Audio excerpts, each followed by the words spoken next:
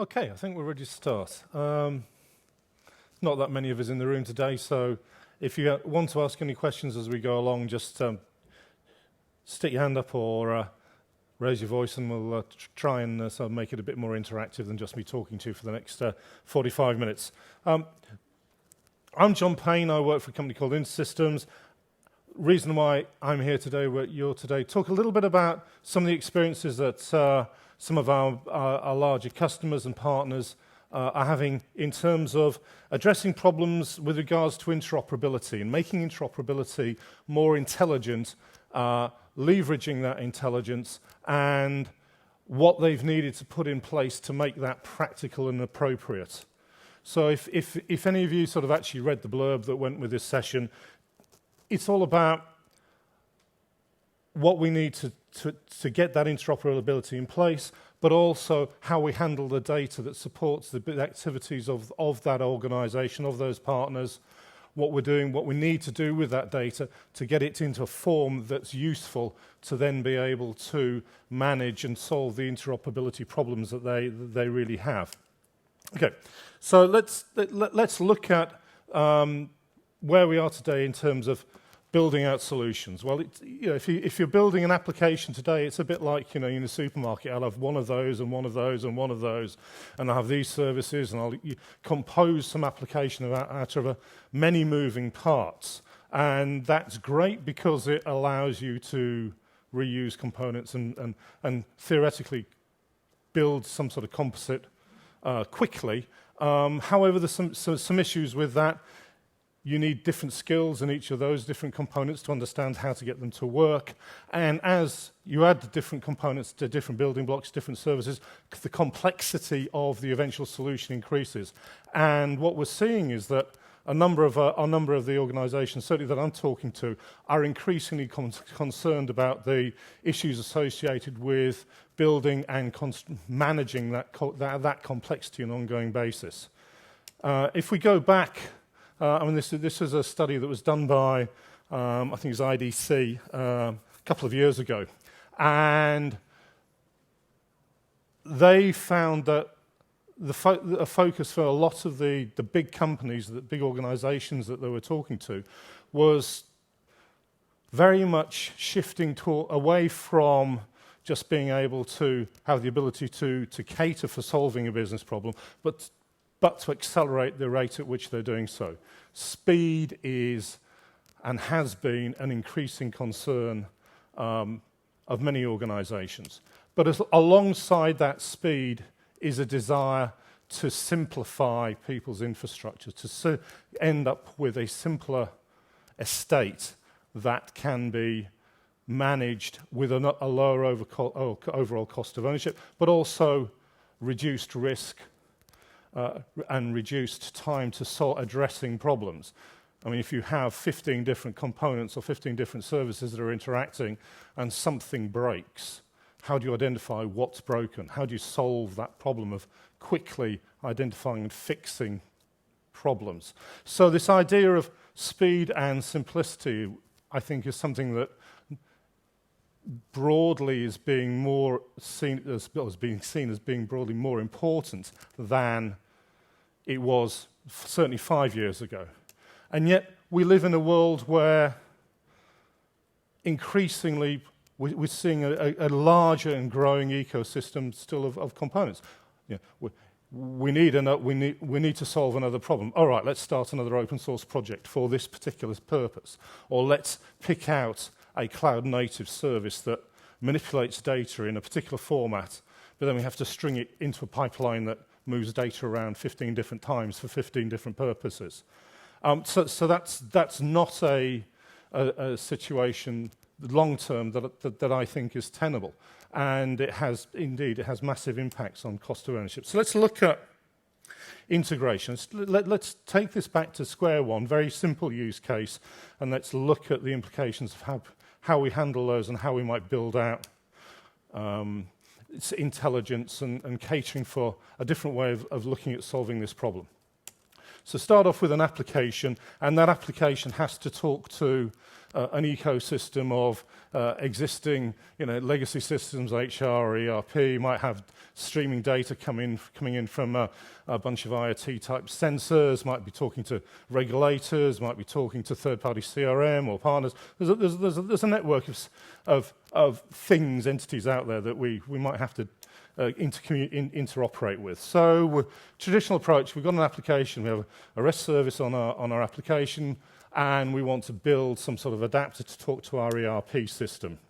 And so we take that ERP connection, encapsulate it as a service, and then that gives us the ability to scale that as appropriately. So we have a standard REST interface on our application side. The complexity of the ERP is isolated in some sort of adapter, and if we need more throughput, we just roll up more instances of it. That's the usual approach.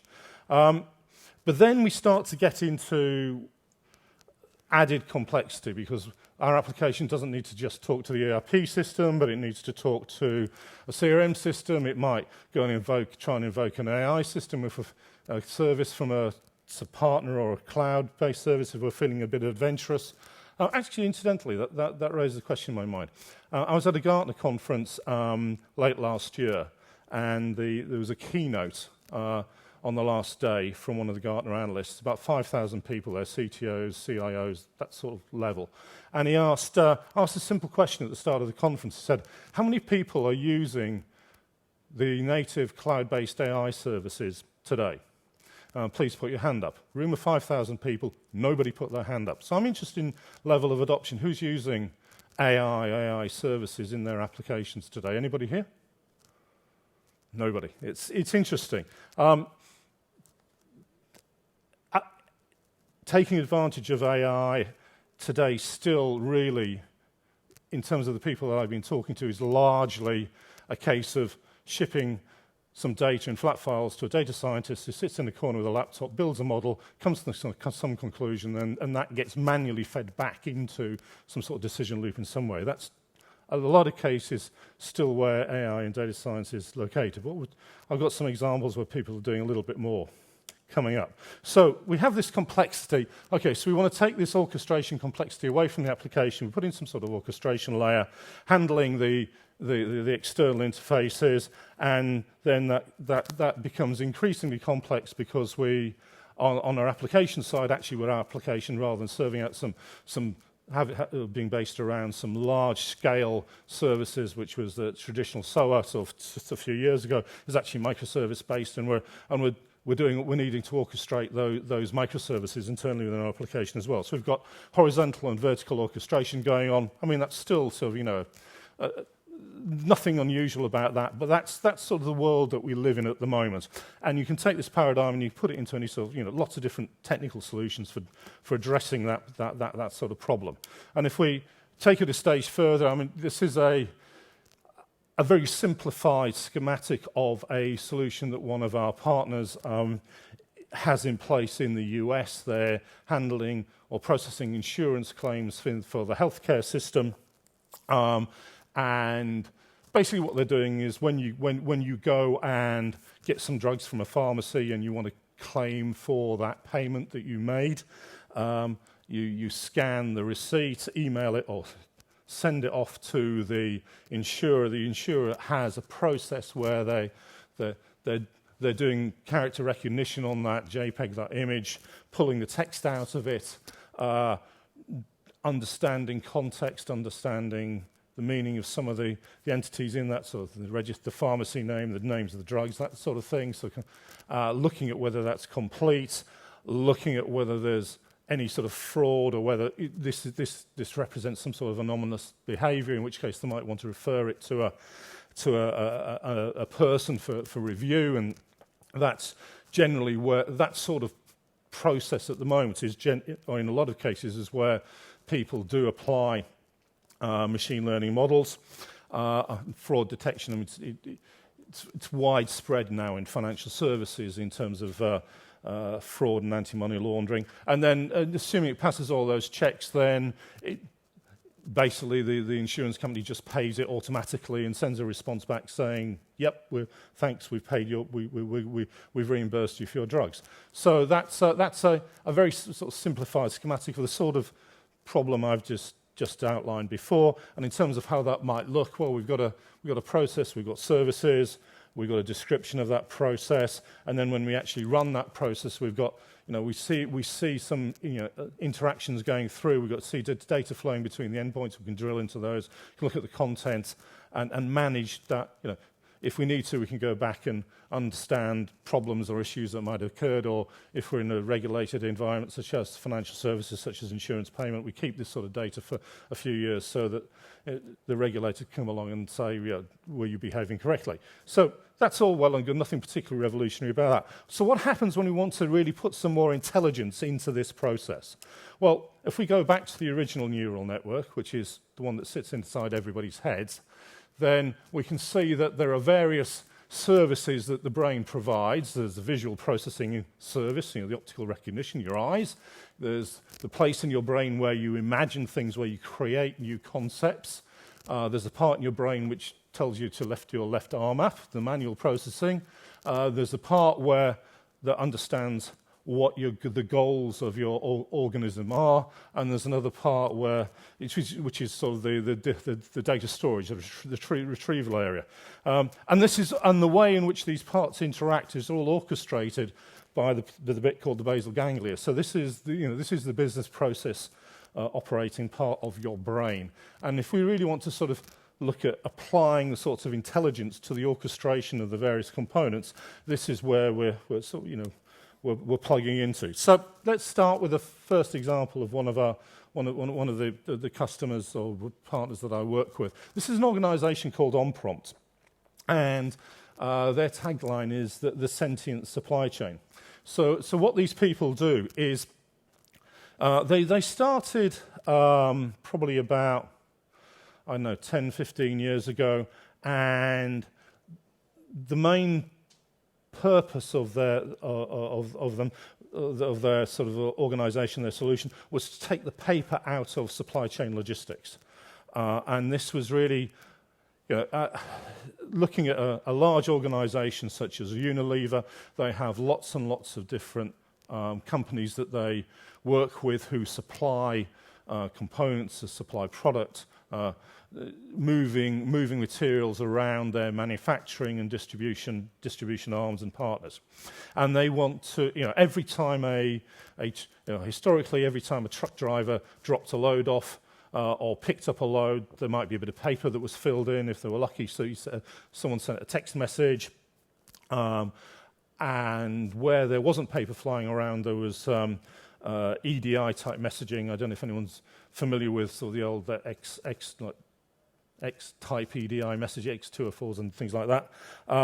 So complex traditional EDI messaging were available. So taking the friction out of this supply chain was really where Omprompt started. And the way they did that was that their solution at the time was quite revolutionary, because what they said to the partners in the Unilever supply chain or the Procter & Gamble supply chain was to say, send us a couple of your EDI messages, and from those sample messages, we will deduce the structure and content.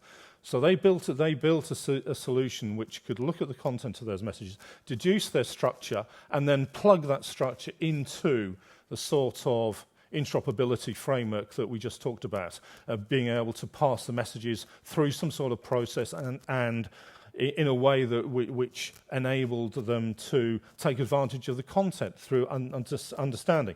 So what they did was they streamlined the way in which you built an EDI exchange for a logistics network, which 10 years ago was a difficult thing to do, and they've done, they certainly in the UK and pretty much across Europe, they've made some revolutionary improvements to that.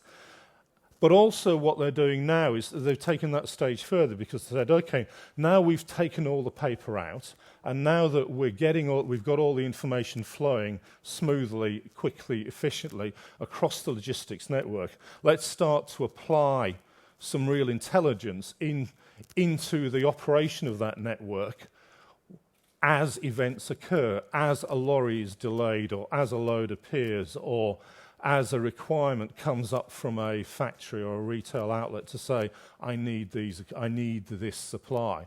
Or as somebody in head office is doing strategic planning, saying 3 months out, actually, this is the sort of position we're going to be in, we're going to bring this new product to market, or we see seasonal demand. Building predictive modelling around the operation of the logistics network and being able to predict in not just tomorrow or next week, but next month and next quarter and even next year, how many trucks they need, what sort of stuff they need to flow around the network. Do they need to bring in new partners into their network to deliver goods or services, given the strategy of the organisation going forward? So it really is managing the supply chain in a much more proactive manner. And so Omprompt have brought that intelligence to that problem based on what was initially a point solution to addressing the fact that there was a lot of friction and a lot of paper, a lot of interoperability bottlenecks in the supply chain historically. Okay, second example from the logistics world, and this is a bit more interesting to me because I like big pieces of kit, and ships are big pieces of kit. So this is the Mediterranean Shipping Company. They are the second biggest shipping company in the world. I think it's Maersk that might be the biggest, but one of the two are continually sort of, competing for who's got the biggest market share. So in fact, I think they've got more than this now, but at the time this slide was produced, they had 12 million shipping containers moving around the world at any particular point in time. And the issue that they faced was providing more timely information to their customer as to where their cargo was. And there's a couple of reasons for that. Obviously, people want to know when their stuff's going to arrive, but also, historically, shipping has been prone to a number of issues. There's a storm, so ships have to reroute. There's a bottleneck at a port. A ship's broken down. So when these events are rare, but when they occur, they cause a major dislocation to supply chain, because obviously everyone's supply chain has become much more just in time. So it became important to the Mediterranean Shipping Company to be able to give their customers, the people who are moving goods on their network, a really accurate, up-to-date, current view of exactly where all their containers that are and the goods that are in them. So what they've done is they've put, in effect, smart devices on every container. So when a container moves through a port, when it moves through any point in the logistics chain where it transfers to or from a particular form of transport or goes through a gateway, its location gets logged, its status gets logged. It carries with it an understanding of what's in it. So another important aspect of this is that not only can they give real-time information to their customers as to where their shipments are, but also the shipment itself is smart. Containers might be light, or they might be heavy, depending on what's in them. If you're loading containers on a ship and you stick all the heavy ones on one side, then the ship turns over. It's not a good idea. So having containers which can tell the ship as they're being marshalled in the yard, or what weight they are, makes it much easier to ensure that the ship is loaded safely. So there's a lot of other benefits that have been accrued as a result of this process. So what they're doing is they're using our platform to receive all this sort of IoT type smart data that's coming in from all these containers, process it in real time, reallocate the logistics if a ship breaks down or if a ship has to divert, and give real-time status to their customers. So that's quite an interesting logistics example. Okay, so let's talk a little bit more about what you need in order to apply that sort of intelligence, that sort of real-time operational change to the system that's doing your orchestration. So if we look at some of the capabilities that certainly our partners are using, taking advantage of? Well, within the platform, you have some inherent analytical capabilities, but particularly to take advantage of machine learning these days, then you need to give data scientists access to the data and the tools that they want to use, because that's how data scientists work. And everyone has a different preferred tool. There's no one size fits all in this space. So whether you're talking directly into a Python interpreter, or whether you're talking into something like Apache Spark, surfacing data into Apache Spark, that's certainly a very common route that we see. And then when you train your model in Apache Spark, one of the primary output from that is a model that has weights that you can use. Now, the way you describe that model, the common way of doing that is using a format known as PMML. So we can take that PMML out of a Spark framework and load it into a platform and execute that model close to the data as the data is flowing through the system, as the service calls are being made, as the business processes are being executed, as the operational system is executing transactions. So we can make it easy for people to capitalize on the work of the data scientists. And that's what people like Omprompt and Mediterranean Shipping Company are doing. Lots of other sort of analytical capabilities that are there, so surfacing data into BI tools and that sort of stuff, and taking part in WIMA pipelines. Anybody know what WIMA is? UIMA. Okay, so it's an unstructured. It's another. It comes out of the Apache Foundation, and it's a standard for a unstructured text processing pipeline, because there's a whole load of different tools for pulling meaning out of unstructured data. We've got some built into the platform itself, so we can surface concepts, but quite often people apply lots of other tools. And so being able to participate in a WIMA pipeline, again, is a useful thing for a data scientist. So this sort of thing enables you to plug data from operational systems into data science and then take advantage of that. So what does it do? It's all about acceleration of the adoption of data science, of AI, and the application of AI into these sorts of use cases. I've probably said enough about that. All right, so let's take a step forward. Is it a duck or is it a rabbit? Who sees a duck? Who sees a rabbit? Duck? No? Rabbit? We're obviously a room of ducks. I mean, I tend to see a duck. Turn it around to a rabbit. One of the big issues with applying data science, with applying AI, applying machine learning, is that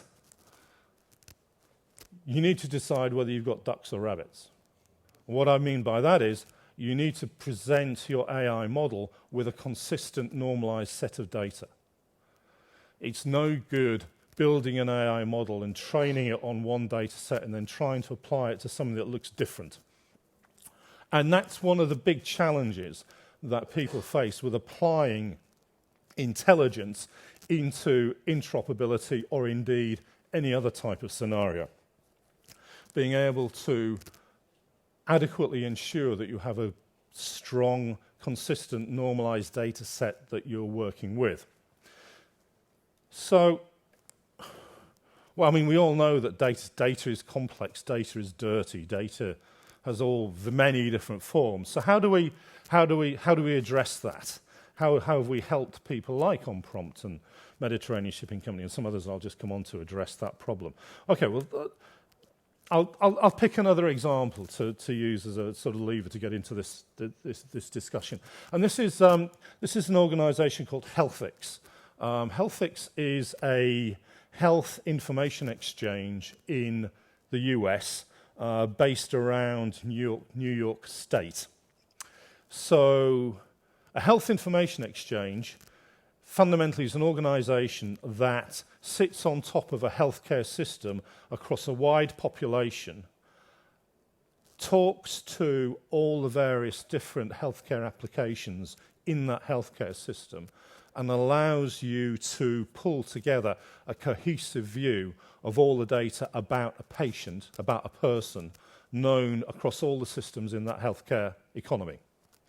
Does other things as well, but that's the primary thing that it does. As a result of having all that information, it starts to understand what's happening with those people. So in this case, Healthix covers, well, it's actually over 16 million patients today. There are over 600 organisations, healthcare organisations, ranging from acute hospitals down to primary care, GP, doctors' equivalents, community facilities, mental health, all participants in this exchange. And there's over 1.5 million encounters between people, between the patient and some sort of clinical professional in that area every month. So all that information is flowing through this exchange. All this data is coming from all these various different connected organisations. And if anyone's done any work in the healthcare space, there's two things that characterise healthcare data from a patient. One is it's very complex, and the other is it's dirty. The second's a bit concerning if you're like me and think, I'm concerned about my health. I want people to have, healthcare professionals to have a clear understanding of what affects me. So why is healthcare data dirty? I'll just digress here a little bit. Well, one of the main ways that it gets dirty is, let's take an example.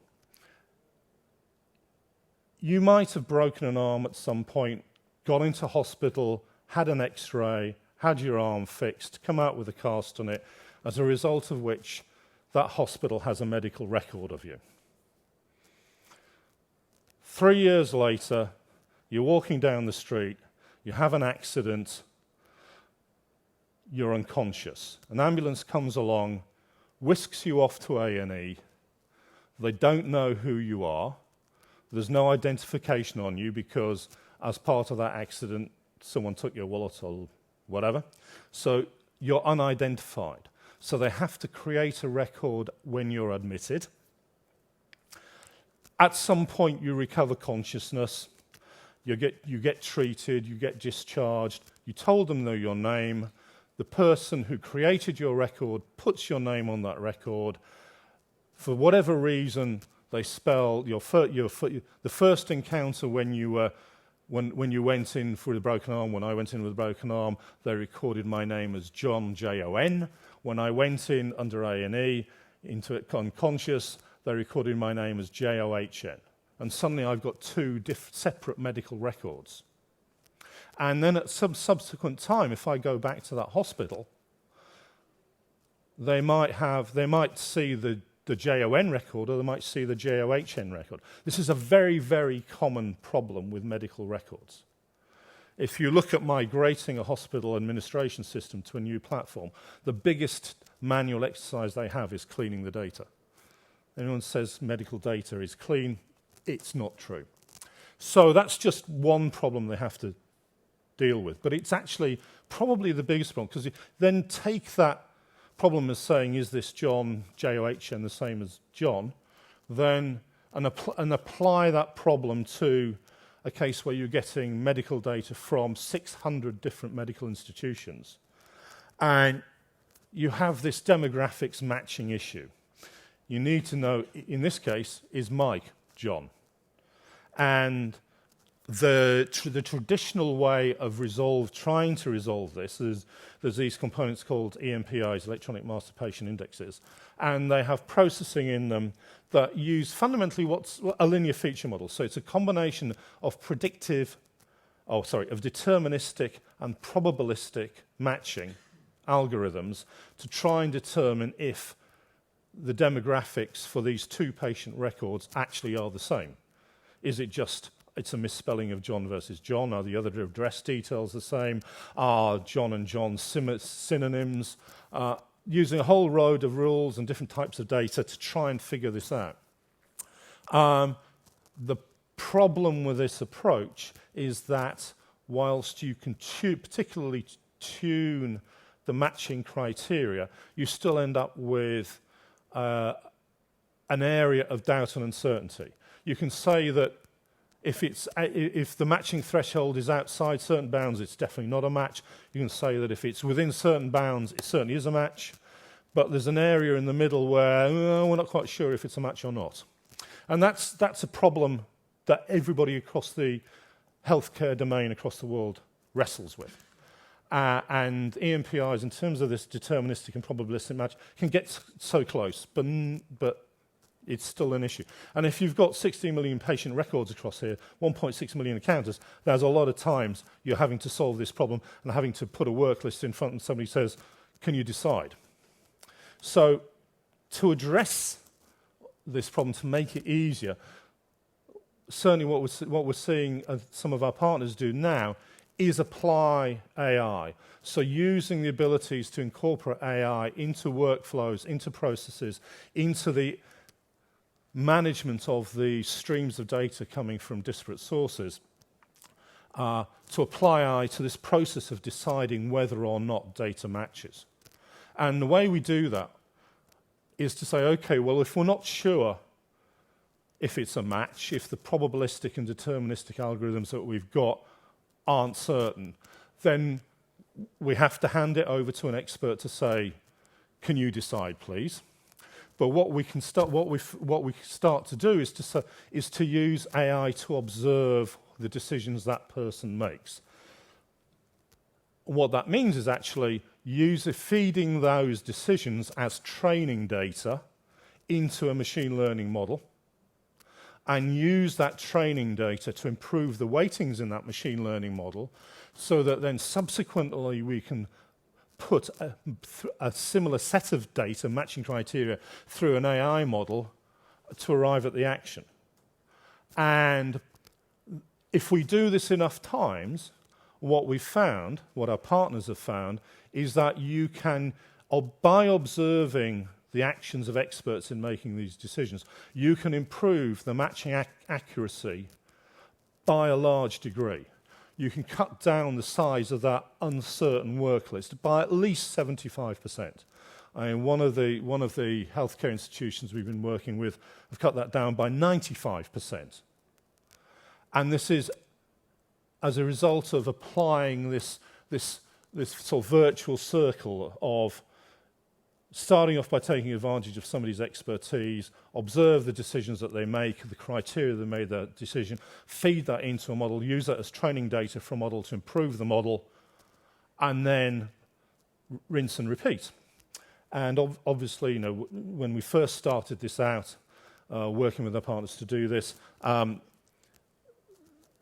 it was very much a case of them evaluating how effective it is. Now, they've got to the point where they're happy to trust the model. They've trained it enough, they've observed it enough, they've seen that it's robust enough to close that work list, to close that gap.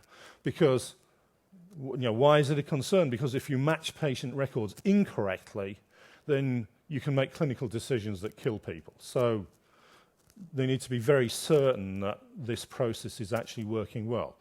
But it can be proved to work well. And that adds a lot of value. So in this case, when the question was originally, does Mike equal John? The answer is yes, because John's my first name and Mike's my second name, so it's the same person. But from the face of it, perhaps not intuitive. Okay, that's enough about a use case in healthcare. Let's look at data a little bit more and some decisions, again, that another of our partners has been making about data and the use of that data. So last year, this organization called Broadridge reached an agreement with another organization called UBS, Union Bank of Switzerland, to build and run a new back office system. So UBS is a major financial institution. They do wealth management for very rich people. So unfortunately, I'm not a customer of theirs. I wish I was, in which case I wouldn't be here if I was, but hey. So they do wealth management for very rich people across the world, and they've done this agreement with this organization called Broadridge to run their back office, to do their back office processing, their their settlement of transactions, their execution of transactions, their portfolio management for them. So when Broadridge signed this deal, they agreed to commit to building a next generation platform to handle this processing on. And so they had a number. Broadridge, sorry, back up a bit. Broadridge is a major company based out of Wall Street. Came out of a bigger company called ADP in the US about 10 years ago, and they do back office processing for the top 10 major banks in the world, based out of the US. So this was an extension of business for them, but it was a reach into a new business for them. And so they went looking for a database, fundamentally. They went looking for a data platform. And they went through an evaluation exercise, and they looked at our data platform, and they looked at a number of others. They looked at the major in-memory solution that's out there. They looked at a relational solution. They looked at native AWS solutions. They looked at a column store, and they did some benchmarking. So the sorts of benchmarking they did was to look at the types of activity that they wanted to run through their platform, and they came up with some numbers. Why this is interesting is basically in this case, the y-axis is latency, and the x-axis is the number of concurrent transactions of a certain complexity that they're testing at any one time. And the green line was our platform, well, as you can see from that, it's pretty stable at a very low latency. And they did a number of different tests, increasing complexity, increasing the number of pieces of data they're retrieving, the complexity of the queries and processing they were testing, and they ended up, in this sort of scenario, picking us. Why is this interesting? Well, it's interesting for my organisation because we sold an enterprise database solution to Broadridge. What has that got to do with the discussion today? Well, what it's got to do with the discussion today is going back to those initial slides where I was talking about complexity and simplicity. See, Broadridge have lots of applications that they run to handle a variety of different processing requirements for major financial institutions. And they do things like they not only process high-volume, complex transactions through their operational systems that they run for these banks, but they also do things like they consume high-velocity streaming data. So they have pricing feeds coming in from the New York Stock Exchange, from NASDAQ, from various other places. 100,000 price ticks a second coming from each of these exchanges. They want to interpret those. They want to record that information. They want to take advantage of it. They want to price people's portfolios. They want to look at offering trade recommendation systems, so automated portfolio management, for example. So they have a combination of complex transactional systems, large amounts of historical data, because they have to keep all this data pretty much forever to satisfy the regulator, combined with the need to process high-velocity data and to orchestrate lots of different interactions within their different applications and external organizations. So a lot of trading is done on an exchange, so they're interacting trade activity and trade reporting with the exchanges, but also with other financial institutions, payments via SWIFT and other FIX and other payment mechanisms. So lots of interoperability. So they started to look at other capabilities in our platform, which supported the intelligent interoperability and the ability to apply intelligence to the processes and the interactions that they're making with external entities. And they've now made a decision to say, actually, we're not going to use this intelligent platform as a database or as an interoperability solution. They're going to adopt it across the board. So for all their new applications, for all their new use cases, it's one answer. our platform. You know, they had people saying, oh, we want to use Kafka for this, and you know, all those other bits. All that's gone. So they've decided to leverage the capabilities that I've just been talking about in a much wider context. And we actually see that in a number of other cases. So there's another big customer of ours, Credit Suisse. We initially started working with them a number of years ago when they were looking to replace a real-time program trading system. Again, exchange fast-moving pricing data coming in, looking for opportunities to do automated trading to make money out of trading portfolios, primarily in FX at that time, but it's branched out since then. So they had an in-house built system that did that. It was running out of headroom. They needed to replace it. They picked our platform to replace it. They then looked at or saw the advantages they got from our platform, and you know, a couple of years later, they decided they needed to rebuild, re-engineer their main in-house trading platform. And Credit Suisse are the third biggest stock trading organization on the planet. The two biggest are New York Stock Exchange and NASDAQ, those are the exchanges. The third biggest is Credit Suisse. So their trade processing system is the third biggest trade processing system on the planet. And they were rewriting that on another database platform, decided it couldn't meet their availability requirements, so they moved it onto our platform. So that's now running 24/7, zero downtime, distributed around the world, available around the world. And last year, I think the trading volume peaked at about 2 billion trades a day, and they're now doing an upgrade to the latest version of our data platform that's going to probably give them close to an order of magnitude increase in throughput on that. So we see this branching out into other use cases based around speed, capacity, handling different types of data, and then being able to apply intelligence and analytics on top of that data in a number of different use cases. So that really brings home, to my mind, the value that we see people extracting from this simplified approach to being able to apply and capitalize on AI and interoperability. So really to sum up, if we look at how we've designed the platform that people are taking advantage of here, there's really four principles: intuitive, interoperable, scalable, and reliable. Reliable, it's always up. It doesn't go down. You can architect this stuff to be 100% reliable. Scalable ranges from a small laptop or a little instance in AWS or GCP up to some of the biggest computational problems on the planet. Intuitive idea is it's simple and easy and quick to use, so you can very rapidly take advantage of it.